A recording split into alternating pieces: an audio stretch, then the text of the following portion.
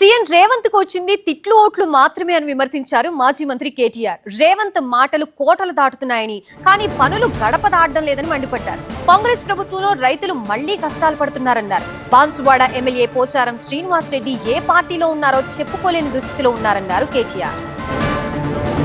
మన కర్మ బాగలకి అలా రాష్ట్రానికి ముఖ్యమంత్రి అయిండు, ఢిల్లీకి మూటలు పంపుతాడు, నెలకొకసారి పోతాడు, రెన్యువల్ టప్పా వేయించుకుంటాడు, వస్తాడు. ఆయనకి ఇంకేం ఎరకలేదు కదా, ఒకటే ఎరక పైసలు దోసుకోవాలి, ఇక్కడ తీసుకొని మూటలు కట్టాలి, మరి తీసుకుపోయి ఢిల్లీలో రాహుల్ గాంధీకి పెట్టాలి, దండం పెట్టాలి, టప్ప కొట్టించుకోవాలి, మళ్ళీ రావాలి. లేదాడ యూరియా లేదు, యూరియా తెచ్చే తెలివి లేదు, రైతు బంద్ చేసే ముఖం లేదు. కరెంట్ చక్కగా వస్తుందా? ఎన్నిసార్లు కట్ అవుతుంది రోజుకు? మళ్ళీ మోటార్లు కాలడు షురు అయిందా లేదా? మోటార్లు కాలుతున్నాయా?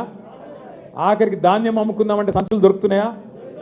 సుతిలన్నీ ఇస్తుండా వాడు? కనీసం కేసీఆర్ ఇచ్చిన ఉద్యోగాలు నీ ఉద్యోగాలు ఎట్లా చెప్పుకుంటావు? సిగ్గు లేదా నీకు? 70,000 ఉద్యోగాలు ఇచ్చినట్టు నువ్వు రుజువు చేస్తే, 70,000 ఉద్యోగాల నోటిఫికేషన్ నువ్వే ఇచ్చినావు, నువ్వే ఉద్యోగాలు ఇచ్చినావు అని రుజువు చేస్తే నేను రాజీనామా చేస్తా అని చెప్పిన.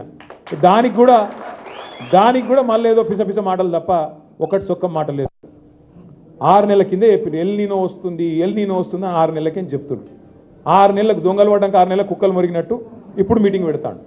ఏం చెప్తావు మీటింగ్ పెట్టి? ఇప్పుడు ఎవడు బతికిండు ఎవడు తెచ్చిండు చూస్తావా? ఏం చేస్తావు అంటే ఒక ఆలోచన లేదు, ప్రణాళిక లేదు, పద్ధతి లేదు, పాడు లేదు. కాళేశ్వరంలో ఒక్క మేడిగడ్డ బరాజులో 2 పిల్లర్లు కుంగినాయి. ఆ 2 పిల్లర్లు కుంగితే 31 నెలల సుతారాలు దొరుకుతలేరా? మేస్త్రీలు దొరుకుతలేరా? సిమెంటు లేదా? ఏం కమ్మి పడ్డది ముఖ్యమంత్రికి? 31 నెలలు అయింది కదా. ఇప్పుడు మనం ఇల్లు కట్టుకుంటామే, ఇల్లు కట్టుకున్నాక ఒక మూలకెక్కనో దగ్గర ఉరుస్తుంది, లీకేజ్ ఉన్నది, ఇల్లు కూడా కొడతావా? మళ్ళీ జీవితంలో కాంగ్రెస్ అంటే మళ్ళీ ఎవడన్నా కాంగ్రెస్ జెండా పట్టుకుని వస్తే ఏం చేయాలి జరిగింది ఎక్కువ ఏపై వస్తుంది, ఛాన్స్ వస్తుంది.